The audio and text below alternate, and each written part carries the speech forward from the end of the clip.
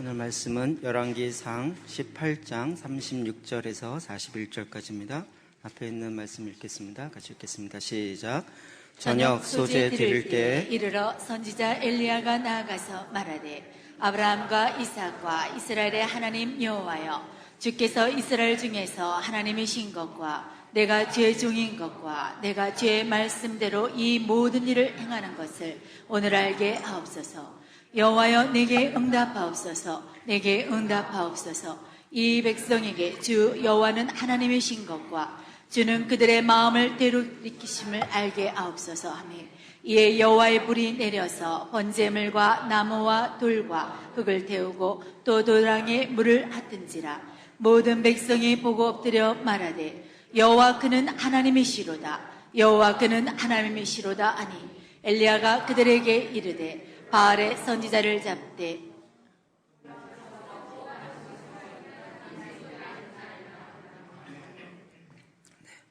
40절을 공간이 없어서 뺐습니다. 우리가 지금 다시의 우물을 파라라는 주제로 15번째 말씀을 보고 있습니다. 오늘 이 모든 걸 좀 정리하면서 이 주제는 마치려고 합니다. 우리가 지난주에 우물이 계속적으로 솟아나는 비밀, 그것은 회개하는 것에 있다라고, 우리가 회개의 바른 의미는 죄책감이 아니라 나는 죽고 내 안에 예수 그리스도가 사는, 그래서 그 주님이 나에게 말씀하시는 대로 순종하는 것이다라고 말씀을 드렸었습니다. 정말 이 회개는 우리로 하여금 부흥의 길로, 하나님이 역사하는 길로 가게 만드는 비밀이고 통로입니다. 왜 우리로 하여금 회개하라, 이게 굉장히 부정적인 것 같지만 사실은 여기에 굉장히 더 적극적이고 긍정적인 하나님 아버지의 마음과 말씀이 있습니다. 먼저 요한복음 15장 2절 볼까요? 시작.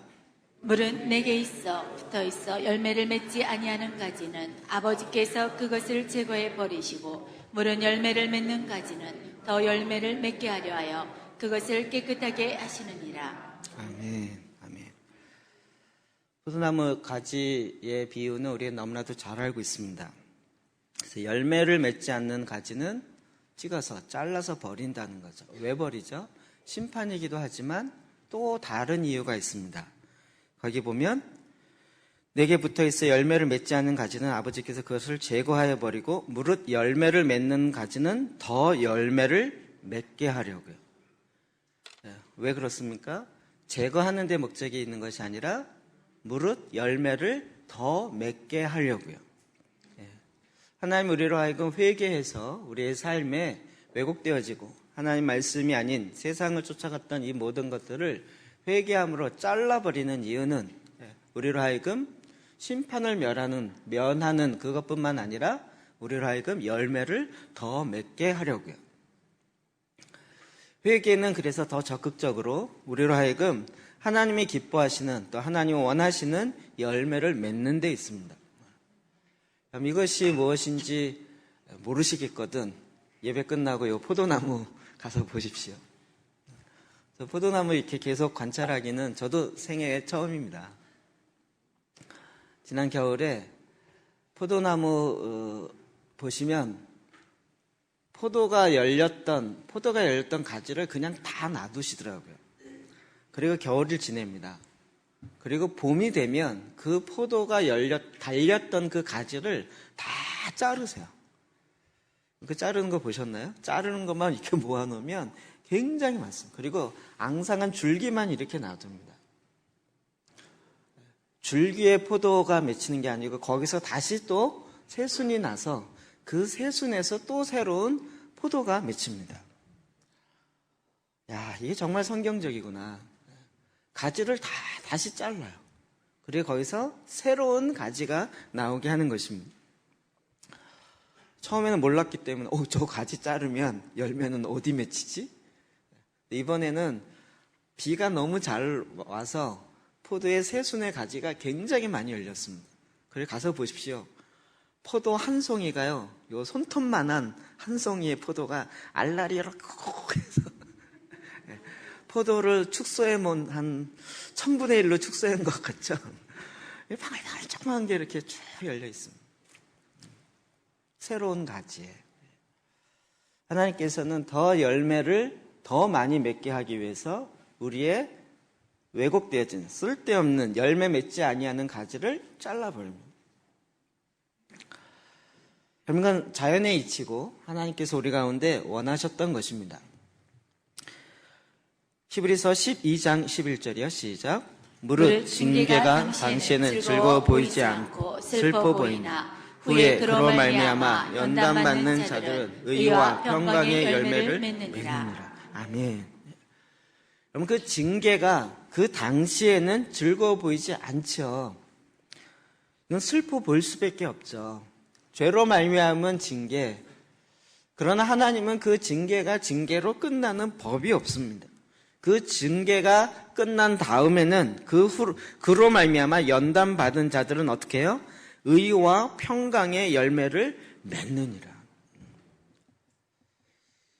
선교에 불가사의한 것 중에 하나가 뭐냐면 선교의 현장이 일어날 때마다 근대 선교가 일어날 때마다 제일 먼저 타깃을 삼았던 나라는 중국입니다. OM 다 중국 내지 선교였습니다. 그 당시 대부분 다 해안가 선교. 배 대기, 그땐 비행기가 없었으니까 배를 대기 편한 해안가 중심의 선교를 하고 있었다가 허슨 테일러가 내지로 중국 복장을 하고 중국 사람처럼 하고 들어가면서 중국 선교에 새로운 장을 짚었습니다. 그럼에도 불구하고 중국에 복음이 퍼져갔던 것은 굉장히 미약했습니다. 그런데 중국에 징계와 같은 어려운 일이 일어났습니다. 모태통에 의해서 붉은 혁명이 일어나고 그리고 선교사들이 다 쫓겨나가고 모든 종교는 다 공산당에서 관리하기 시작했습니다. 선교사님들은 다 나오면서 이제 더 이상 중국에는 복음이 증거될 수 없다. 그리고 중국의 교회는 끝났다라고 외쳤습니다. 그 문화혁명이 끝난 다음에 놀랍게도 그 연단이 있은 다음에 지금 중국은 가정교회만 하더라도 1억이 넘는 지금 중국을 기독교 국가라고 봐야 된다라고 할 정도로 많은 의와 평강의 열매가 맺혔습니다. 이건 어떤 선교사가 제안한 것도 아니요, 어떤 이론을 만들어서 한 것도 아닙니다. 우리가 생각하기엔 전혀 아닌 것 같고 불가능인 것 같은데 오히려 그 가운데 연단과 고난이 더 많은 열매를 맺게 하였습니다. 굉장히 좀 우리의 생각과는 다른 것 같죠. 전 이런 말을 할 때마다 또 한 가지 기대를 갖는 바가 있습니다. 북한이 많은 연단과 많은 징계 가운데 있습니다. 그러나 그 연단이 지나고 난 다음에는 어떻게 될까요? 그냥 하나님이 일하시는 것에 대한 소망을 갖는 것입니다. 지금을 보면 정말 암울하고 소망이 없어 보이는데 하나님이 일하셨던 하나님의 흔적을 보면 여러분 동방의 예루살렘 평양이었습니다. 그곳에 지금 십몇 년째 기독교 박해국 제1위로 십몇 년째라는 게 십몇 년, 11년인가 그 기간 동안만 그랬다는 것이 아니라 그때부터 조사했기 때문에 그런 겁니다. 처음 생긴 이래로 계속 최대의 기독교 박해 했던 그 나라. 그 이후에 하나님이 어떤 열매를 맺히실까? 의와 평강의 열매를 어떻게 맺히실까? 이제는 하나님이 일하시는 것에 대한 소망을 가져보기도 합니다. 하나님이 일하시는 패턴이 늘 같다는 거 이해되시겠죠? 호세아 10장 12절입니다. 시작. 너희가 자기를 위하여 공의를 심고 인애를 거두라. 너희 묵은 땅을 기경하라. 지금이 곧 여호와를 찾을 때니 마침내 여호와께서 오사 공의를 빛처럼 너희에게 내리시리라. 아멘. 너희가 자기를 위하여 공의를 심고 인애를 거두라. 어떻게 하면 거둘 수 있습니까? 묵은 땅을 기경하라. 굳은 마음을 뒤집어 엎어라. 이 얘기입니다. 땅이 굳어 있으면 씨를 뿌려도 그 씨앗이 땅 속으로 들어갈 수가 없습니다. 그래서 밭을 갈듯이 땅을 뒤집어 엎습니다. 우리의 마음을 회개하면서 뒤집어 엎습니다. 그렇게 묵은 땅을 굳어있는 그 마음을 뒤집어서 기경했을 때 지금이 곧 여호와를 찾을 때니 마침내 여호와께서사 공의를 비처럼 너희에게 내리시리라. 공의가 어떻게 거둘 수 있어요? 하나님이 공의를 비처럼 내릴 때 공의를 거둬요. 우리가 공의를 맺힐 수 있는 게 아니고 우리가 해야 할 일은 마음에 굳은 땅을 기경하는 거예요. 여러분, 우리가 비를 오게 할 수가 있습니까? 우리가 공의를 만들어낼 수 있습니까? 만들어낼 수 있다라는 소신, 나름대로의 사상을 갖고 있는 분들도 이 세상에 많이 있습니다. 그러나 죄인된 인간이 공의를 만들어내는 쪽으로 가지 않습니다. 공의는 하늘의 비처럼 내려야 되는 것입니다. 그러면 우리가 해야 할 일과 하나님이 해야 할 일이 정확하게 구분되어지는 걸 봅니다. 우리는 어떻게 해야 됩니까? 굳은 땅을 기경하는, 즉 굳은 마음을 갈아엎는, 이 땅의 죄악을 뒤집어 엎는 그런 회개의 역사들이 있어질 때 하늘에서 공의의 비가 내려서 많은 열매가 맺혀지는 것입니다. 열왕기상 18장 41절이요. 시작. 엘리야가 아합에게 이르되 올라가서 먹고 마시소서. 큰 빗소리가 있나이다. 엘리야가 기도한 즉 3년 반 동안, 3년 6개월 동안 비가 오지 않았습니다. 너무나도 상징적이죠. 3년 6개월, 너무 이렇게 이미지가 많이 떠오르시죠. 7년, 마지막 때 7년의 그 기간 중에 3년 반, 72개월, 1260일이라고 얘기하는 3년 반 동안 비가 오지 않았습니다. 그리고 다시 엘리야가 기도하기 시작하는 그 순간부터 큰 빗소리가 있었습니다. 하늘에서 공의의 비가 내리는 것처럼 그 비가 내리기 시작하면서 이제 그 광야에 강이 생기고 전에 못 봤던 하나님의 우물이, 샘이 계속적으로 터지는 이런 역사를 보는 것입니다.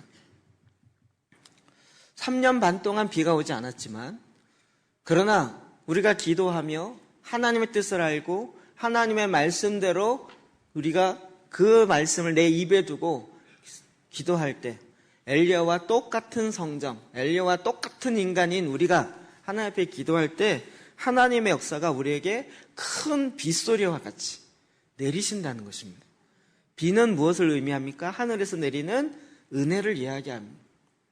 하늘로부터 놀라운 하나님의 공의가, 은혜가 비와 같이 내리신다는 거죠. 올해는 참 비가 적절하게 옵니다. 너무 감사하게 옵니다. 그렇죠? 그래서 지금 막 이 밭에 상추가 이런 게 너무나도 잘 됩니다. 따고 한 이틀, 3일 있으면 다시 풍성하고요. 그 사이에 비가 와요. 비 끝이면 또 따고 나면 또 다시 비가 와요. 또 막 금방 2, 3일 안에 아주 계속 결과가 맺혀집니다. 성경에 보면 계속 이와 같은 강, 은혜로 말미암은 그 강이 있었던 많은 그 사건이 있습니다. 야곱이 약복강에서 하나님의 천사와 씨름하였습니다. 약복이라는 뜻은 쏟아졌다, 부어졌다라는 것입니다. 그곳에서 그가 잡고 하나님이 나를 축복하지 아니하시거든 내가 당신을 놓을 수가 없습니다. 결국은 이겼습니다. 그래서 그 가운데 하나님의 축복이 부어졌습니다. 그 이전까지 야곱은 자기의 머리로, 자기의 꾀로 살아야 하는 그렇게 살았던 존재이지만 이제 이후로는 하나님의 축복이 그에게 부어졌습니다. 그게 약복강에서 있었던 것입니다.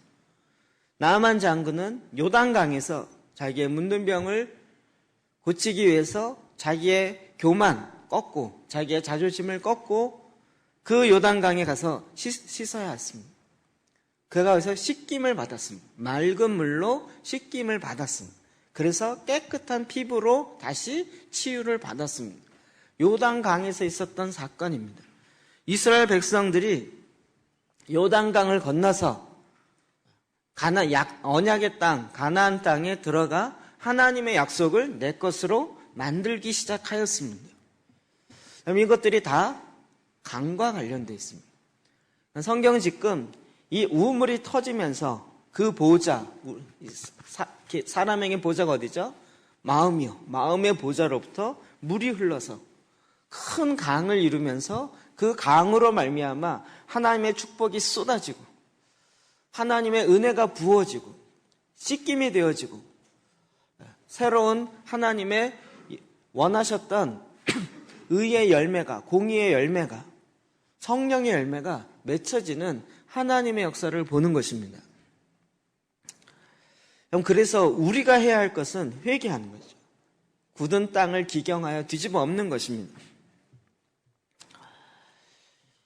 이제는 이것이 강이 이루어지도록 우리가 내 안에 역사하시는 하나님의 성령의 역사하심들을 풀어놔야 하는 것입니다. 사도행전 3장 19절입니다. 시작.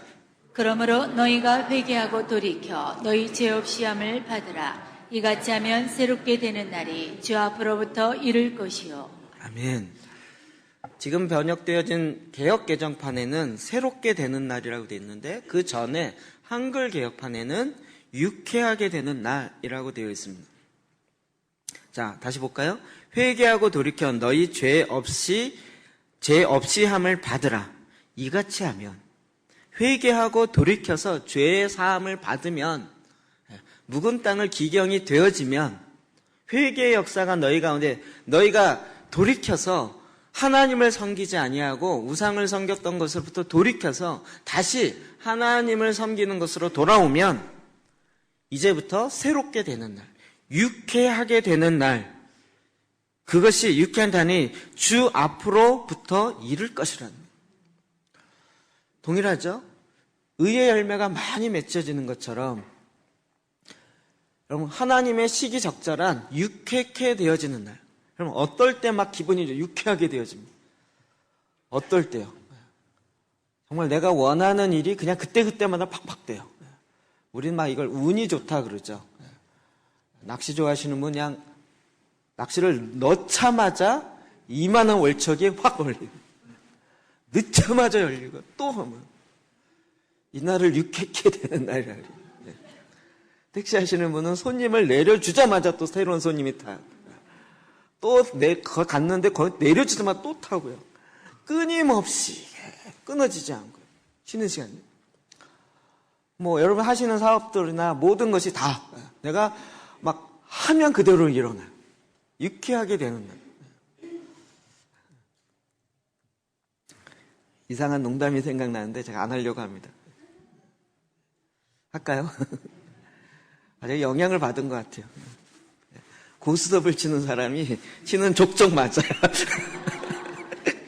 누구 영향을 받았는지 잘 모르겠지만 뒤집는 대로 맞아.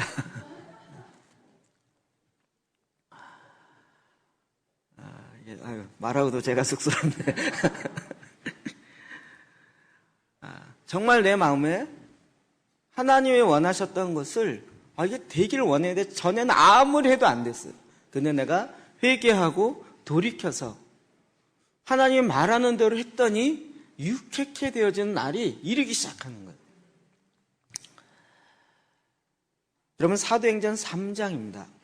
사도행전은 사도들의 행전 혹은 성령의 행전 혹은 새로운 신약의 교회 시대가 시작된다는, 하나님이 원하셨던, 그러니까 예수님의 제자들이 드디어 회개하고 돌이키고 3년 동안이란 주님을 쫓았지만 그러나 자기의 의로 뭔가 한 자리 하려고 좌의정 여정 옆에 앉으려고 했던 그 모든 것이 십자가 앞에서 다 무너지고 자기가 훈련받았던 이 모든 것도 다 무너지고 그리고 다시 고향으로 돌아갔다가 주님의 다시 찾아오심과 다시 세워짐을 받고 그들이 사순절부터 오순절까지 열흘 동안 오로지 기도하기 힘쓰기 시작하면서 하나님의 성령이 임합니다.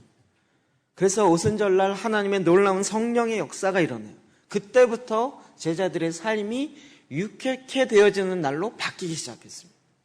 그때부터 그들이 새로운 삶을 살기 시작했어요.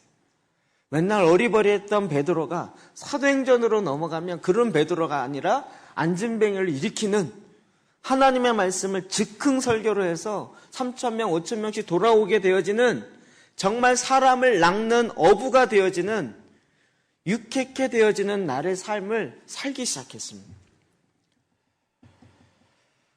이것이 단지 사도 베드로만 있었던 역사가 아니라 저와 여러분 가운데 하나님은 다 계획하시고 새로운 날, 이걸 신기원을 이루었다라고 하죠. 새로운 기원을 이루었어요. 그러면 저와 여러분의 삶 가운데서도 하나님이 이와 같은 신기원을 이루는, 그래서 내 안에 생수의 강이 터져 나오는 이와 같은 삶을 살기로 하나님은 창세전에 계획하고 우리를 만드셨습니다. 그리고 우리를 이 땅에 보내셨다는 것입니다. 에스겔서 37장 8절에서 10절입니다. 시작. 내가 또 보니 그 뼈에 힘줄이 생기고 살이 오르며 그 위에 가죽이 덮이나 그 속에 생기는 없더라. 또 내게 이르시되 인자야 너는 생기를 향하여 대언하라. 생기에게 대언하여 이르기를 주 여호와께서 이같이 말씀하시기를 생기야 사방에서부터 와서 이 죽음을 당한 자에게 불어서 살아나게 하라 하셨다 하라. 이에 내가 그 명령대로 대언하였더니 생기가 그들에게 들어가매 그들이 곧 살아나서 일어나 서는데 극히 큰 군대더라. 아멘, 아멘. 8절부터 다시 보시면요. 내가 또 보니 그 뼈에 힘줄이 생기고 살이 오르며 그 위에 가죽이 덮이나 그 속에 생기는 없더라. 그 속에 생기는 없더라. 마른 뼈가 영적으로 죽어있는 상태입니다. 왜 죽었는가? 지금 이 세상의 언론은 왜 죽었는가에 대한 원인 규명에 너무 집착하고 있어요. 왜 죽었는가를, 왜 마른 뼈가 됐는가의 원인 규명을 하면 마른 뼈가 살아날까요? 아무리 정확한 원인 규명을 한다 할지라도 마른 뼈가 살아날 일은 없습니다. 근데 세상 언론과 세상의 관심은 그 원인이 뭐냐, 여기에 자꾸 집중하고 있습니다. 근데 지금 하나님은, 또 저와 여러분은 뭐에 관심이 있냐면 이 마른 뼈가 과연 살겠느냐라는 거에 관심이 있는 거죠. 그럼 이 마른 뼈가 하나님의 군대로 일어나서 움직이며 살 수 있겠느냐라는 거예요. 그 속에 생기는 없더라. 여러분, 이건 물론 바벨론 포로 상태에 있었던 이스라엘 백성들을 향한 하나님의 예언의 말씀이 1차적입니다. 그리고 지금 이 시대에도 이 예언의 말씀이 이루어지고 있는 걸 봅니다. 이 모든 것은 다 타이폴로지, 모형론이라고 그랬죠. 지금 우리 민족도 마찬가지라는 거죠. 우리 민족도 지금 정말 뼈에 힘줄이 생기고 살이 오르고 그 위에 가죽이 덮이면서 막 일어나기 시작했어요. 한국 교회를 볼 때 이런 것 같아요. 막 일어났어요. 5,000년의 한국의 역사 가운데 이렇게 일어난 적이 없어요. 이렇게 일어나니까 경제도 일어나고 정치도 일어나고 군사력도 일어나고 막 일어났어요. 근데 일어났는데 그 속에 생기는 없어요.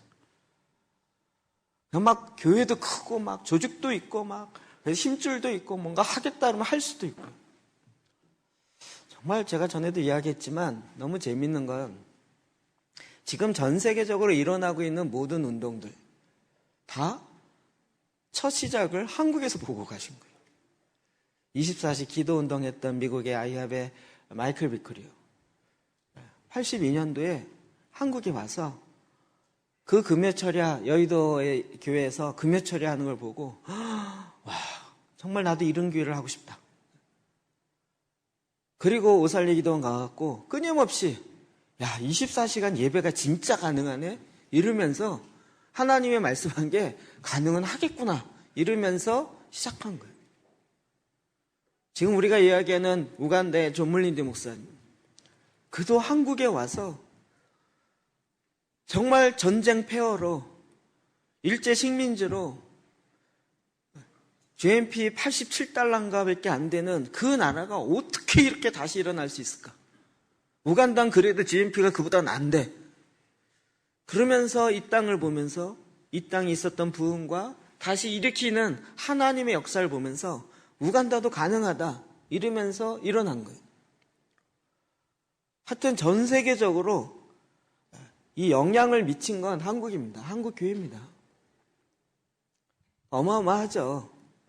그런데 정작 우리는 그걸 몰라요. 일어났는데 생기가 없어요.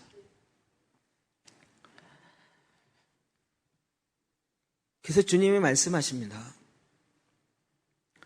대언하여 이르기를 또 내게 9절 또 내게 이르시되 인자야 너는 생기를 향하여 대언하라. 생기에게 대언하여 이르기를 주 여호와께서 이같이 말씀하시기를 생기야 사방에서부터 이 죽음을 당한 자에게 붙어서 살아나게 하라 하셨다.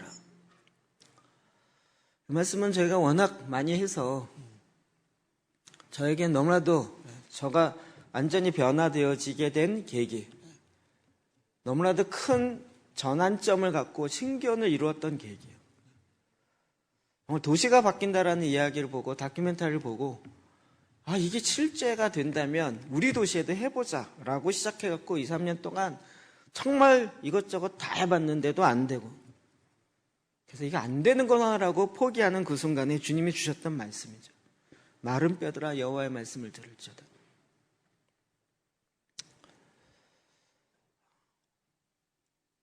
정말 하나님께서는 어찌 보면 저 자신을 많이 훈련시키려고 하셨던 것 같아요.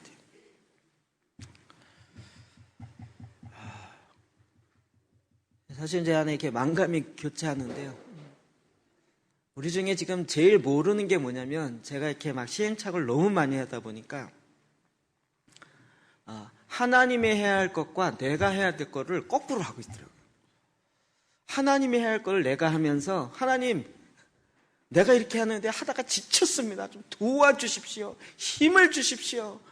원래 하나님이 해야 할 건데 생기가 불어서 큰 군대를 움직이게 하는 건 내가 할 게 아니라 나는 그냥 대언하는데, 대언하는 건 대언이 뭡니까? 하나님의 말씀을 대신 선포하는 거예요. 제사는 기도예요. 기도하는 거예요. 내 기도 말고 하나님의 말씀을 대언하는. 근데 이거는 안 하고요.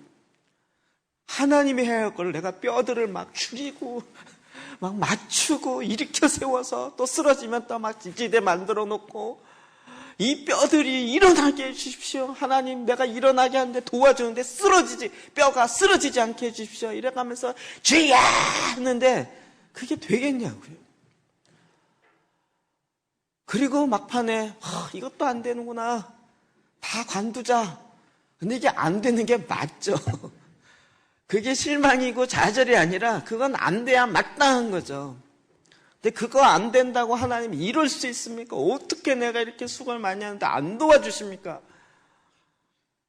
결국은 하나님이 할 거를 내가 막 하고 내가 해야 할 건 거의 안 하고 있어요. 근데 이 마른뼈 사건 이후로 제 자신이 정말 바뀌기 시작했어요. 그렇구나. 우리가 해야 할 건 무엇이에요? 마른뼈를 살리는 게 우리가 할 일이 아니에요.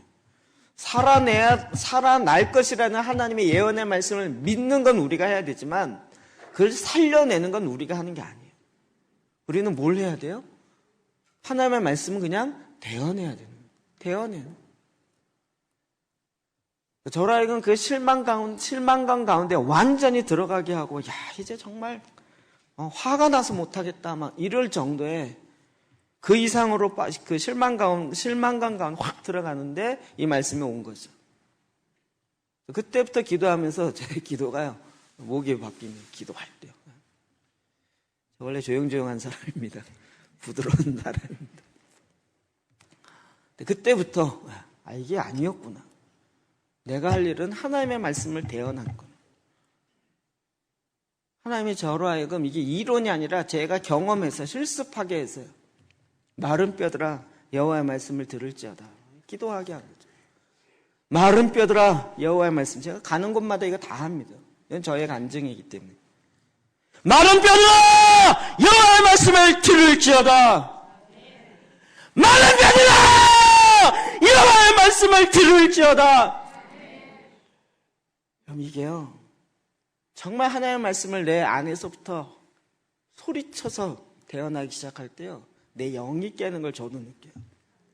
듣는 사람도요, 마른 뼈들아 여호와 말씀 들을지어다. 아무리 해도요, 그래 이러고 있다가요, 정말 그 말씀 앞에 들어가서 이게 내가 정말 좀 모르고 있었구나. 어떻게 뼈들이 살겠냐. 그 앞에 실망하고 그 앞에 좌절하고 스스로 안 된다라고 이야기하고 있었는 하나님이 딱 보이시면서 이 뼈들이 살겠냐라는. 그런데 역사의 흐름을 보면요, 마른 뼈들이 살아났던 많은 사건들이요, 교회사에 있어요. 14세기부터 시작해서 위클리프가 성경을 번역하기 시작했어요.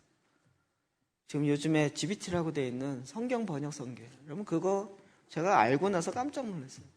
성경을 번역하는 거 너무 멋있잖아요. 위클리프는 성경 번역했다고 그 당시 캐톨릭, 그 당시 교회에서 화형당해 죽었습니다. 어떻게 성경을 번역했는데 화형당해 죽냐고.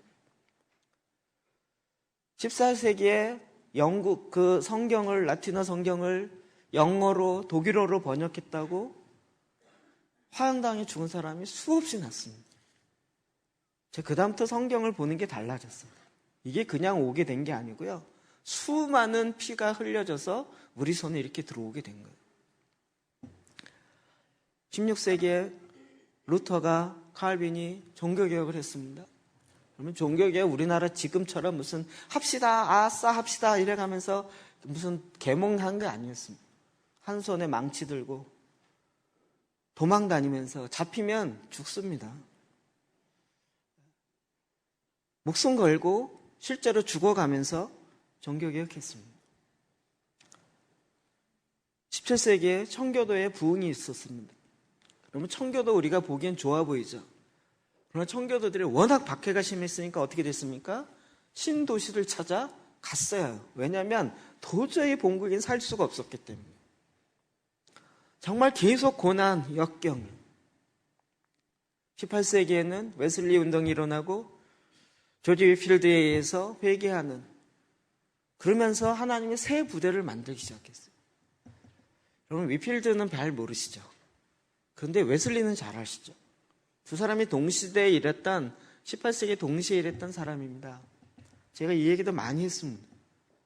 위필드도요, 설교가 얼마나 탁월했는지요. 원고 설교했는데 그냥 하나님 말씀, 여러분 하나님의 말씀을 듣고 회개하셔야 됩니다.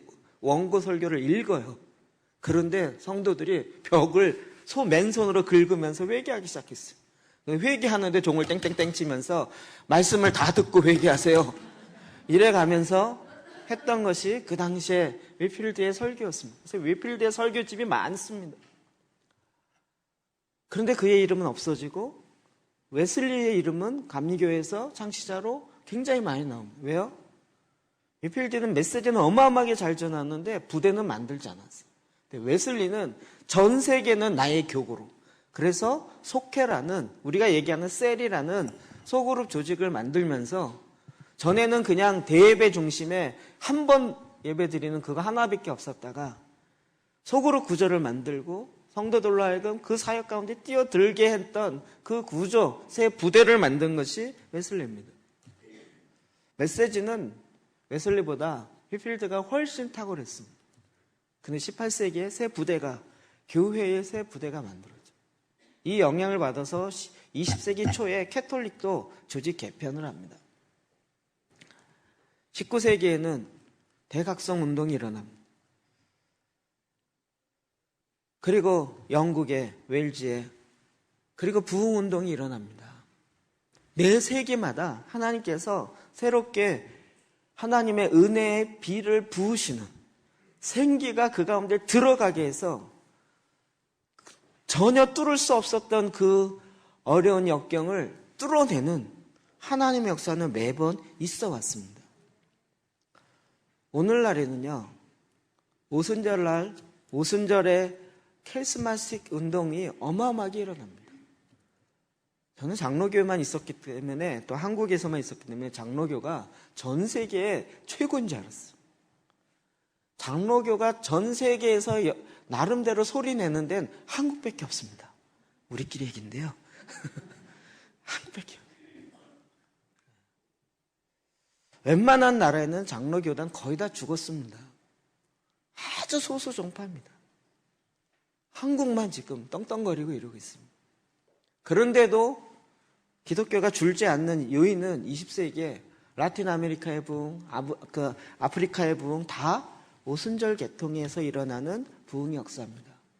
20년, 30년 만에 5억 명씩 죽게 돌아오는 불의 전차, 독일의 본케 목사님이요. 아프리카에서 200만 명 앞에서 설교하고요. 휠체어 타고 있는 사람이 즉각에서 일어나고 죽은 자가 아프리카에 일어나는 일들이에요. 이러면서 수없이 돌아왔는데 다 케이스마스틱 운동으로 일어나는 것이었습니다. 20세기 어마어마한 하나님의 성령의 역사로 말미암은 하나님의 일하심이 있었습니다. 이거 다 얘기하려면 시간이 없습니다. 드디어 우리가 21세기를 맞이했습니다. 하나님 지금 뭘 하려고 하실까요? 세기마다 이랬으니까 하나님 뭔가 일할 것 같지 않으십니까? 지금 우리가 뭔가 이렇게 부닥쳐 있는, 뭔가 뚫고 가야 될 것 같은데 왜 여기에 머물러 있지? 라고 하는 그 뭔가를 뚫고 그런데 그거를요 우리가 뚫을 수 없다고요. 오직 주의 생기가 불 때, 그래서 하나님의 새 역사가 또 한 걸음 앞으로 나가기 시작하는 거죠. 요한복음 20장 22절이요. 시작. 이 말씀을 하시고 그들을 향하사 숨을 내쉬며 이르시되 성령을 받으라. 아멘. 성령을 받으라. 제자들에게 예수님이 부활하셔서 그들을 만나서 제일 처음에 숨을 내쉬며 루아흐라 그랬죠. 그 코에 생기를 불어넣으시다. 창세기 2장 7절 10절인가요? 거기 나오는 말씀과 같은 단어라고. 그 코에 생기를 불어넣어요. 생기가 들어가는. 저로 말씀드릴 것 같으면 정통장로교회 총신파의 복음주의 학생운동 선교단체 출신의 완전히 정통통통파입니다. 저희 교회 보고 오순절 같다라고 하는 사람들이 있습니다. 왜 이렇게 바뀌었을까요? 왜 이렇게 바뀌었을까요?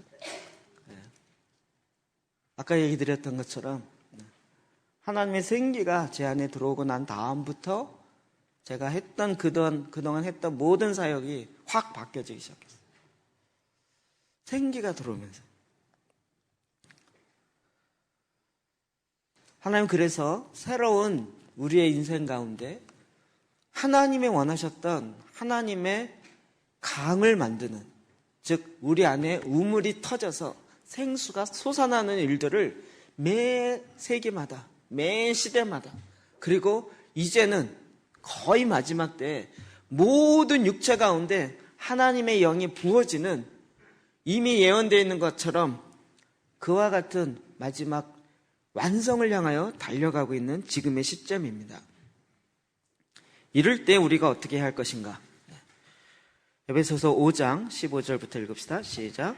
그런즉 너희가 어떻게 행할지를 자세히 주의하여 지혜 없는 자 같이 하지 말고 오직 지혜 있는 자 같이 하여 세월을 아끼라. 때가 악하니라. 그러므로 어리석은 자가 되지 말고 오직 주의 뜻이 무엇인가 이해하라. 술 취하지 말라. 이는 방탕한 것이니 오직 성령으로 충만함을 받으라. 성경을 읽을 때 이렇게 요절만 보다 보면 흐름을 안 읽어요. 우리는 자꾸 오직 성령으로 충만을 받으라. 이건 너무 유명하잖아요. 성령으로 충만을 받으라. 근데 이 말씀이 나오게 된 배경이 그 앞부터 나온 거예요. 그런즉 너희가 어떻게 행할지를 자세히 주의하여 지혜 없는 자같이 하지 말고 오직 지혜 있는 자같이 하여 세월을 아껴라. 세월을 아끼는 삶을 살라는 거예요.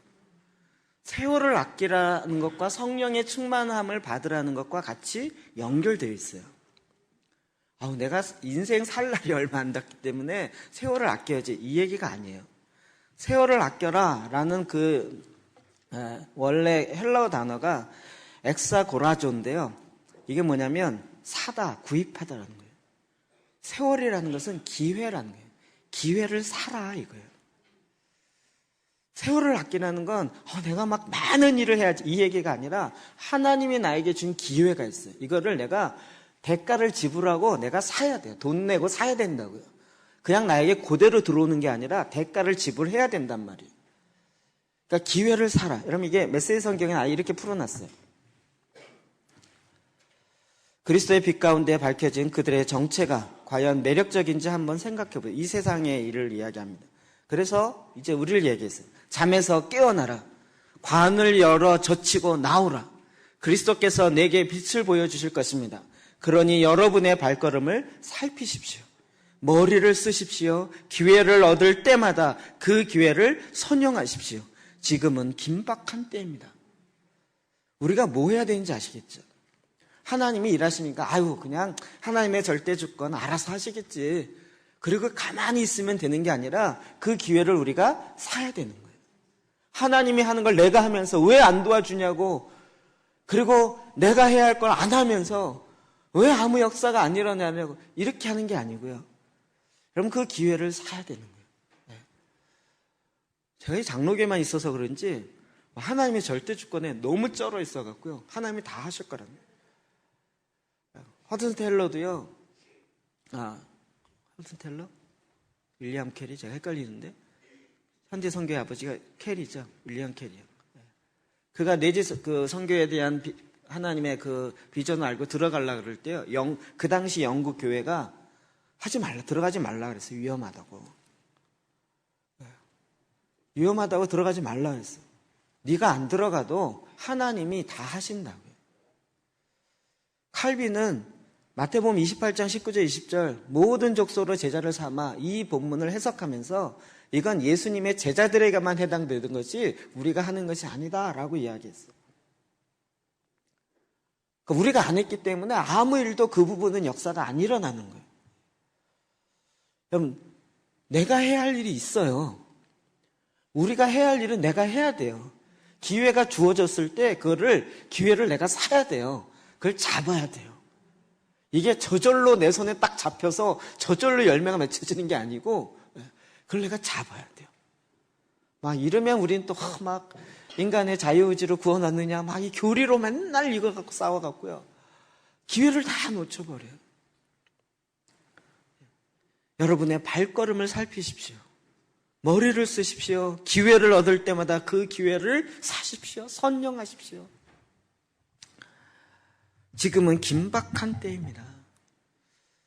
전 이게 딱 지금 저와 여러분의 지금의 이 시대를 향해서 말하고 있는 것 같아요. 세월을 아끼라는 이야기가 골로새서 4장 2절에 또 나옵니다. 앞에 읽어볼까요? 시작.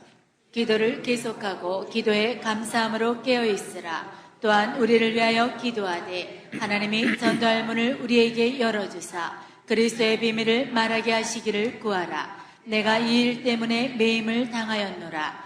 외인에게 대해서는 죄로 행하여 세월을 아끼라. 너희 말을 항상 은혜 가운데서 소금으로 맛을 낸과 같이 하라. 그리하면 각 사람에게 마땅히 대답할 것을 알리라. 아멘. 우리가 지금 뭘 해야 되냐면 외인들에게 대해는 지혜로 행하여 세월을 아끼라. 여러분 그 앞에 지금 사도 바울은 이 옥중서신이 옥에 갇혀 있어요. 그래서 우리를 위해서 기도할 때는 하나님이 전도할 문을 우리에게 열어주사 그리스도의 비밀을 말하게 하시기를 구하여라. 이렇게 기도해라 라고 이야기합니다. 내가 매였지만 그러나 복음은 매이지 아니하였다. 그러나 여러분은 나를 위해서 기도할 때 이 복음의 비밀을 단대히 전할 수 있도록 나를 위해서 기도해달라. 그러나 외인에게 대하여는 지혜로 행하여 세월을 아끼라. 여러분 또 메시지 성경 읽어드릴게요.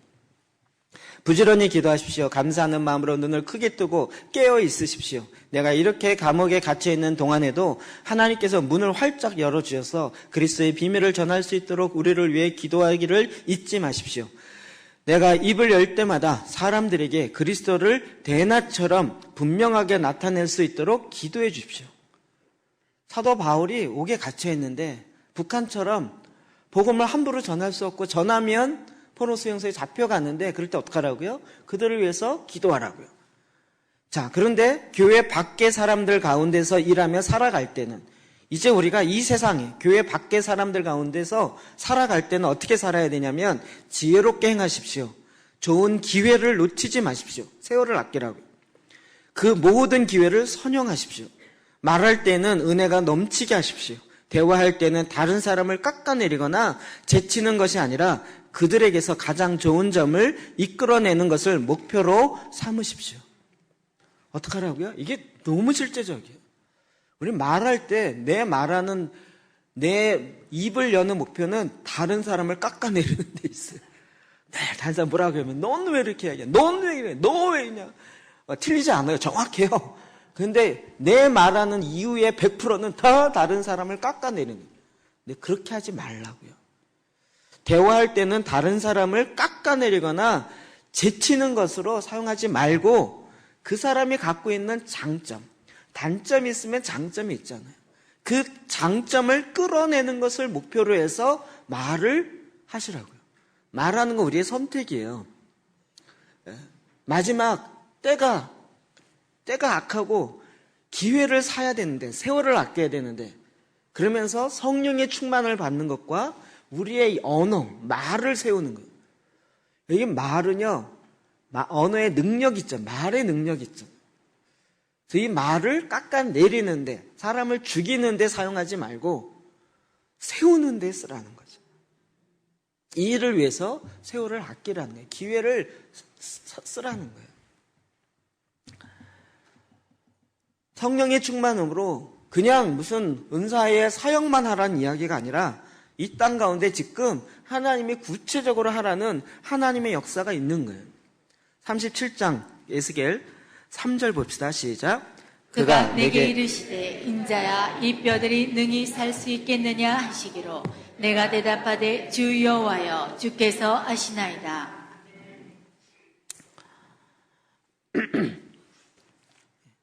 주님이 우리에게 물으세요. 이 뼈들이 능히 살 수 있겠느냐? 이건 저에게도 질문이었어요. 한국교회가 다시 살 수 있겠냐? 네가 보기에 살 수 있을 거 아니야? 제 솔직히요. 아이고, 하나님도 잘 아시잖아요. 왜 그러세요? 아유, 정확히 안 삽니다. 바로 살지 못할 것에 대해서 제가 굳게 믿고 있습니다. 믿습니다. 이게 나오더라고요. 가능성 없습니다. 죄송한 얘기인데요. 저는 그렇게 느껴요. 지금도 그렇습니다. 그런데 하나님이 이 뼈들이 살겠느냐라고 묻는 거예요. 솔직히 알면서 뭘 물으세요? 막 이러고 싶은데 막 그렇게 대답할 수는 없잖아요. 주 여호와께 주께서 아시나이다. 주님이 계속 우리에게 여러분 이것을 이렇게 선택하는 차원에 우리에게 계속 이렇게 말씀하세요. 네. 엘리야 시대에도 마찬가지였습니다. 우리가 읽었던 본문 아까 했어요. 지금 3년 6개월 동안 비가 오지 않았습니다. 엘리야가 기도함으로 그 당시 아합 왕과 이스라엘의 왕인데 이세벨과 오히려 하나님을 섬기는 제사장들 도와준 게 아니라 바알의 제사장과 아세라의 제사장을 국고로 가지고 키웠어요. 나라 돈을 가지고. 이게 정말 지금도 우리나라도 그래요. 문화재 보호라는 무형문화재 보호라는 지방자치대 하면서 문화센터 있잖아요. 그러면서 무형문화재 다 뭐죠? 무형문화재 다 뭡니까? 굿하는 거잖아요. 우리가 내는 세금으로 그 사람들 다 도와주고 있어요.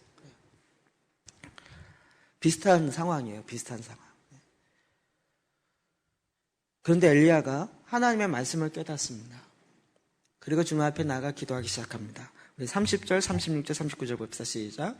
엘리야가 모든 백성을 향하여 이르되 내게로 가까이 오라. 백성이 다 그에게 가까이 가매 그가 무너진 여호와의 제단을 수축하되 저녁 소재 드릴 때에 이르러 선지자 엘리야가 나아가서 말하되 아브라함과 이삭과 이스라엘의 하나님 여호와여 주께서 이스라엘 중에서 하나님이신 것과 내가 주의 종인 것과 내가 주의 말씀대로 이 모든 일을 행하는 것을 오늘 알게 하옵소서. 모든 백성이 보고 엎드려 말하되 여호와 그는 하나님이시로다. 여호와 그는 하나님이시로다 하니. 아멘. 아멘.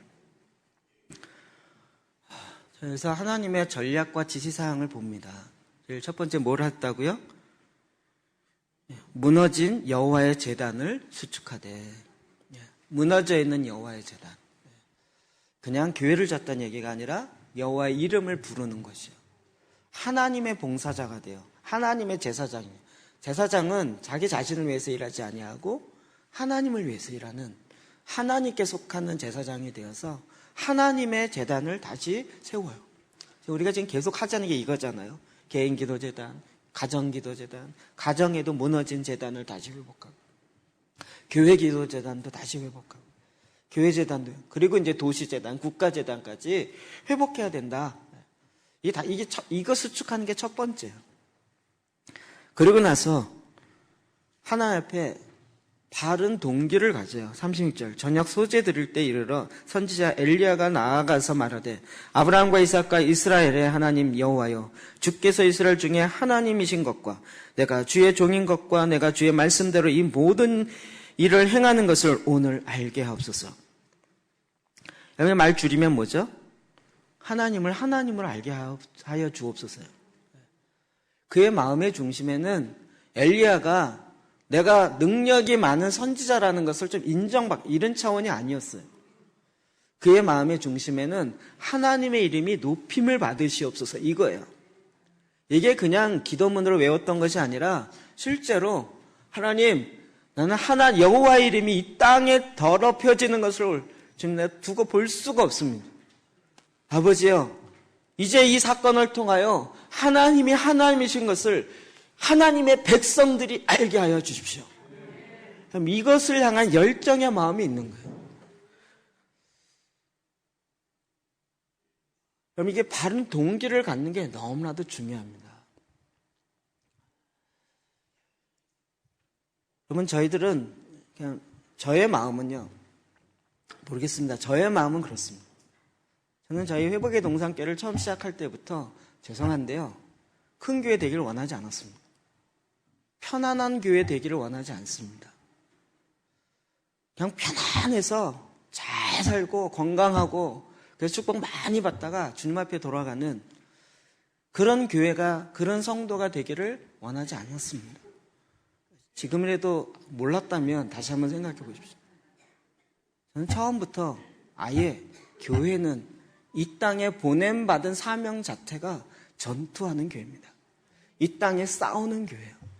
하나님의 군사로 이 땅에 영적 전쟁하며 싸우라고 보냄받았지, 이 땅에 훈련소를 크게 짓고 훈련소 안에서 보급품 받아 먹으면서 우리가 편하다 이렇게 살도록 하나님 우리를 이 땅에 내신 게 아니에요. 교회도 마찬가지고. 전에 농담처럼 얘기했지만 하나님 앞에 가서 우리가 막 이 땅에 열심히 건강하게 살아가고 하나님께 가서 하나님 내 알통 보십시오. 내가 얼마나 건강하게 살았는지 알통 보십시오. 하나님 이걸 원하겠습니까?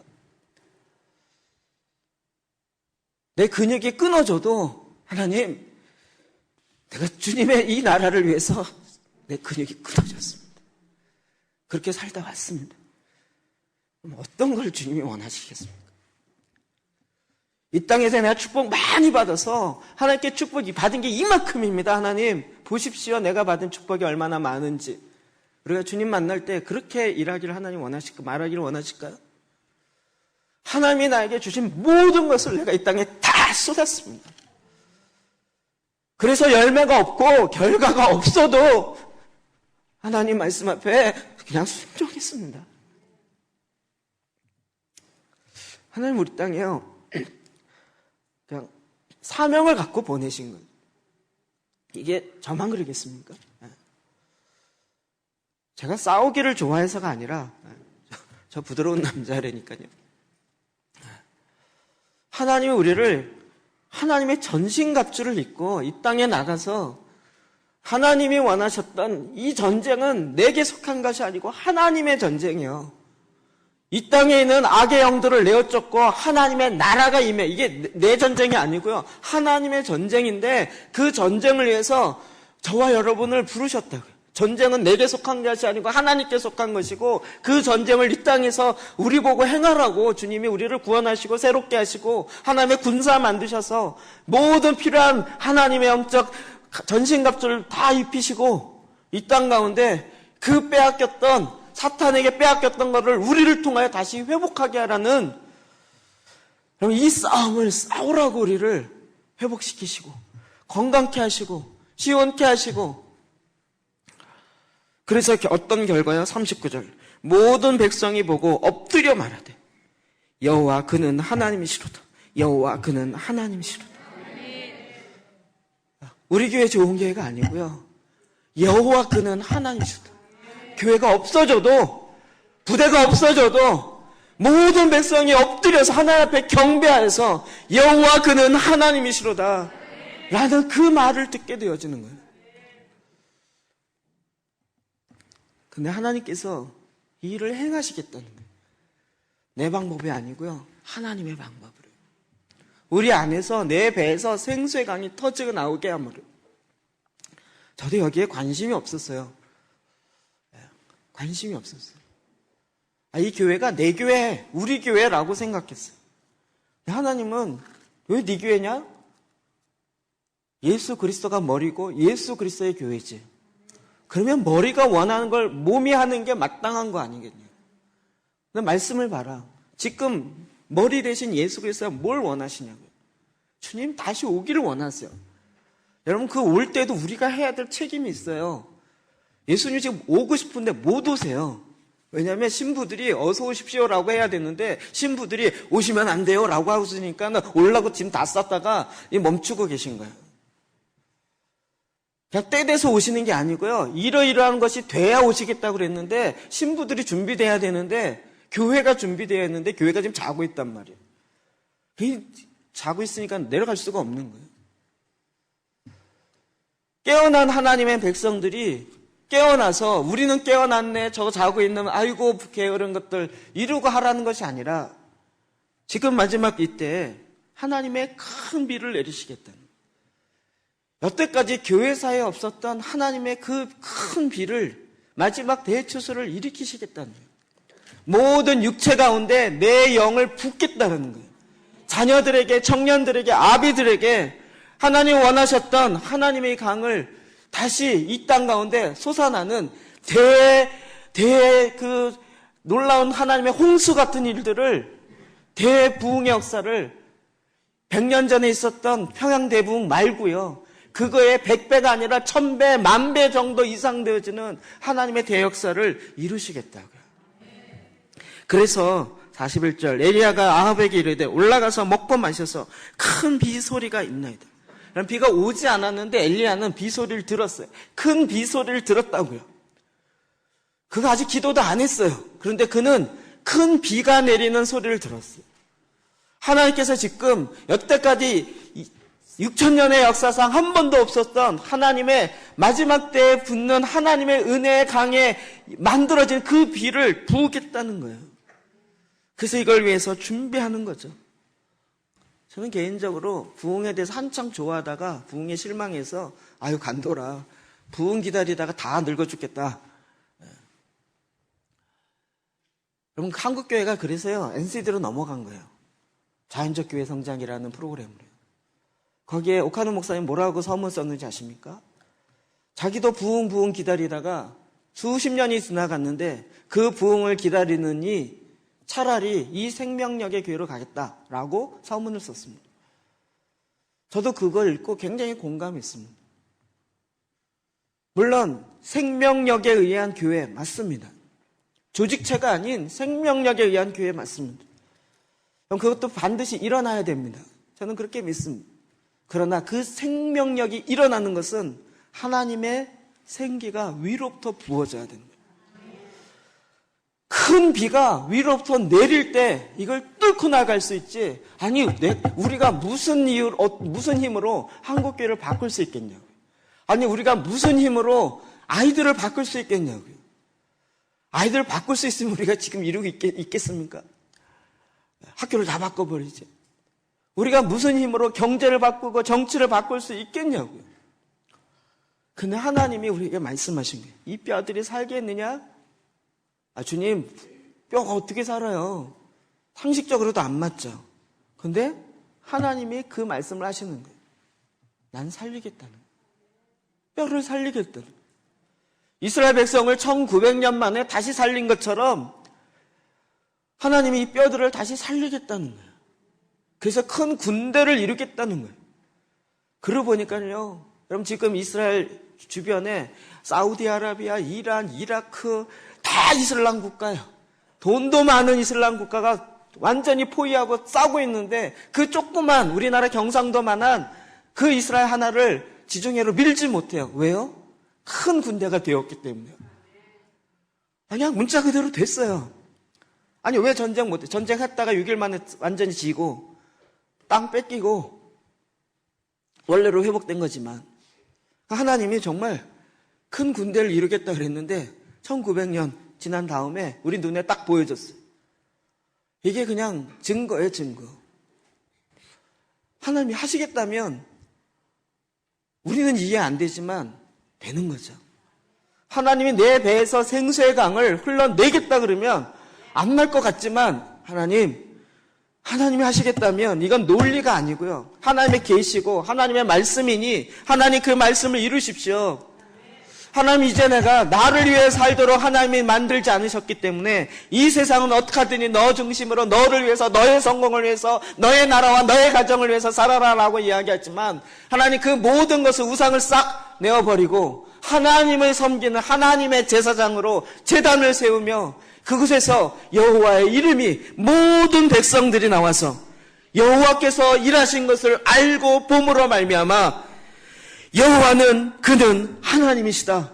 여호와 그는 하나님이시다라고 하는 모든 열방들의 입에서 제가 20년 전에 저도 모르게 기도하면서 이런 말이 나왔어요. 하나님, 전 똑똑히 듣고 싶어요. 내 이 두 귀로 모든 열방들이 여호와는 하나님이시다 라는 그 고백을 내가 내 귀로 듣겠습니다라고 했어요. 그냥 소문 말고요. 귀로 듣겠습니다. 될 가능성 1%가 아니라 0이에요. 빵이에요, 빵. 그런데 하나님이 하시겠다라고 말씀 가운데 있는 거죠. 그리고 어떻게 하는지 하나님이 우리에게 하나님의 방법을 알려주신 거예요. 그리고 지금 큰 빗소리가 들리기 시작한 거죠. 이번에 우간다 갔을 때도요, 전물린디 목사님, 마크 다니엘 목사님 계속 이야기 뭐냐면 올 것입니다가 아니에요. 제가 전에 이야기했죠. 이와 같은 일이 올 것입니다가 아니라 이미 왔습니다. 하나님의 일하는 시즌 안에 우리가 이미 들어갔습니다. 여러분 애굽에 살았을 때와 출애굽하고 나서 광야에 살 때와 가나안에 살 때가 완전히 다른 삶이에요. 애굽에서 아무리 잘 살고 아무리 뭔가 좋았다 해도 광야로 딱 들어가면요, 애굽의 삶은 아무 연결이 없어요. 그냥 딱 끊어지는 거예요. 완전 새로운 삶에 들어가는 거예요. 지금 저와 여러분이 그 새로운 시즌에 들어가 있는 거예요. 그것이 지금 저와 여러분, 저도 이제 담대하게 이렇게 이야기하는 건 그냥 저 그걸 믿어져요. 지금 이 시즌이 올 것이다, 부흥이 올 것이다, 뭐 대추설 이게 아니고요. 이미 그 안에 들어갔어요. 그리고 하나님 일하시는 것을 우리가 보기 시작하는 거예요. 우리 눈으로 보는 거예요. 대추수의 비전을 가져라. 제가 브레드 TV에서 마이클 비클 목사님 인터뷰한 거를 다시 봤어요. 다 아는 내용이었지만 30년 전에 밥 존스 목사님이 와갖고 예언한 거예요. 근데 제가 그분은 표현 안 했지만 웬 미친 목사님이 와서 자꾸 꿍꿍걸 예언하는데 말도 안 되는 소리예요.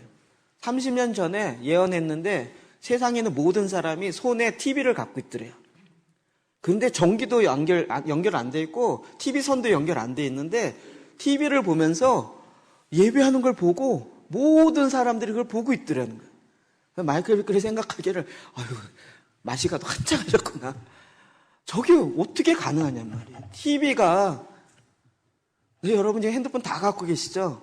이 안에 DMB 다 여러분 이게 핸드폰이 얼마예요? 대부분 80만. 여러분 TV 한 대씩 다 갖고 계신 거예요. 네. 그것도 그것만 있는 게 아니라 숱하게 많은 거 다 갖고 있는 거예요. 30년 전에 예언했을 때는 미친놈이다라고 하는 거예요. 지금 와서 보니까 그게 그 당시엔 상상도 못한 거예요. 다 미친 사람이라고 취급했는데 이제 와서 보니까요, 거기에서 24시간 하나님을 예배하는 거를 다 스마트폰으로 다 보고 있어요. 여러분, 애굽에 살았을 때와 출애굽하고 나서 광야에 살 때가 완전히 다른 삶이에요. 그럼 저와 여러분이 그 새로운 시즌에 들어갔습니다. 하나님이 일하시는 것을 우리가 보기 시작하는 거예요. 그리고 대추수의 비전을 가져라. 그 당시에는 미친 소리인 것 같은데 하나님은 지금 이 시대에 우리가 생각지 못했던 하나님의 역사하심으로 보기 시작하는 거예요. 여러분 기회를 사십시오. 유명한 예화가 있죠. 애플사의 그 스티븐 잡스가 그가 애플을 자꾸 이렇게 키워가 나갔는데 나가다가 이제 그 애플이 이렇게 부도 위기에 당한 거예요. 프로그램은 잘하지만 회사를 경영하는 거 모르잖아요. 아무리 자기의 머리는 풀려지지 않는 거예요. 그래서 애플은 그 실리콘밸리 쪽에 이쪽 캘리포니아 쪽에 있잖아요. 그런데 아무래도 안 돼요. 경영을 누가 제일 잘하냐? 펩시콜라 사장 찾아갔어요. 존 스켈리라고 그 뉴욕 쪽에 있어요. 동부 쪽에 있어요. 그래서 제발 와서 도와주십시오. 그랬더니 펩시콜라 이사장이 나를 픽업해 가려면 100만 달러 봉급, 수당 100만 달러, 연금 100만 달러. 100만 달러면 우리나라 돈 얼마예요? 네? 100억이요? 1000억이요? 100만 달러. 네? 10억이요? 10억. 연금 10억을 줘야 내가 가겠다. 수당도 10억. 근데 그때 이 스티브 잡스가 한 이야기 있어요. 좋습니다. 근데 당신은 그 물에 설탕 탄 거 가지고 평생을 살 겁니까? 아니면 세상을 변화시키는 일에 평생을 살 겁니까? 그 존 스켈리가 자기의 자서전에 거기에 자기가 압도당했다는 거예요. 펩시콜라 전 세계적으로 잘 나가지만 결국 달짝지근하게 하고 탄산수 넣어서 전 세계 사람들이 먹어서 그래서 돈 벌어서 이걸 위해서 평생 살아. 그래서 하나님 앞에 나가서 하나님 내가 만든 음료가 전 세계 사람이 뭐 35억 명이 먹었습니다. 이거 자랑한들 뭐가 있겠냐요. 그런데 세상을 변화시키는 것에 당신의 인생을 쓰지 않겠습니까? 그가 압도당해서 그 비전에 압도당해서 이 동부에서 서부로 이사 왔어요. 그 실리콘밸리로 이사 와서 애플사를 경영을 맡고 시작하면서 애플사가 다시 일어나기 시작했어요. 여러분 기회를 사야 됩니다. 저는 이 부분에서 절대 강요할 수 없습니다. 그건 여러분이 기회를 잡는 것이지 제가 막 손에 쥐어주면서 안 잡으면 뭐 어떻게라도 해서 이렇게 할 수 있는 건 아닙니다.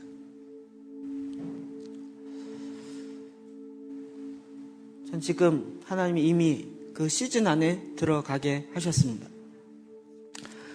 지금 일어나는 많은 일들을 볼 때 너무나도 그렇다라고 말할 수밖에 없습니다.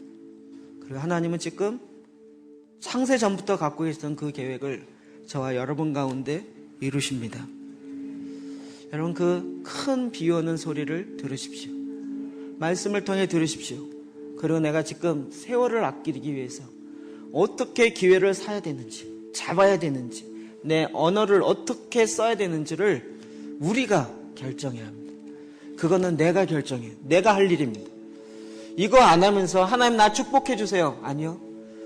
그럼 그 많은 열매는 어떻게 맺혀진다고요? 내가 기경할 때, 회개하며 내 굳은 마음을 바꾸며 내 단단해지는 그 굳은 땅을 뒤집어 엎을 때 그때 하나님의 씨가, 하나님의 말씀이, 하나님의 생명이 들어가기 시작하면서 그리고 이제부터 하나님이 원래 원하셨던 하나님의 이름이 높임을 받으시옵소서. 여러분 이게 주기도문에 있는 것이 그냥 우리가 주문 외우듯이 외우는 것이 아니라 우리 삶의 내 삶의 비전이에요. 내 삶에 정말 평생 듣고 싶은 그 두 귀로 목소리로 듣고 싶은 거예요. 여호와가 하나님이신 줄 내가 알았노라. 하나님 내가 이걸 위해서 하나님이 나를 만드셨고 보내셨으면 하나님 내가 이렇게 달려가겠습니다. 지금 내가 근육이 끊어지고 내 삶이 내 가진 것이 다 소진된다 할지라도 지금 난 그걸 소진하기 위해 왔습니다. 그날 그걸 쓰기 위해 왔습니다. 하나님, 하나님의 뜻을 이루시옵소서. 여러분 이 시간 하나님의 말씀 앞에 주어진 이 말씀을 잡으시고 저의 예화나 저의 이야기를 잡는 것이 아니라 하나님의 말씀, 생명을 잡으십시오. 그리고 여러분 그 기회를 선용하십시오. 이 시간 같이 기도합시다. 오늘 나에게 주일 말씀 잡고 주님 앞에 나가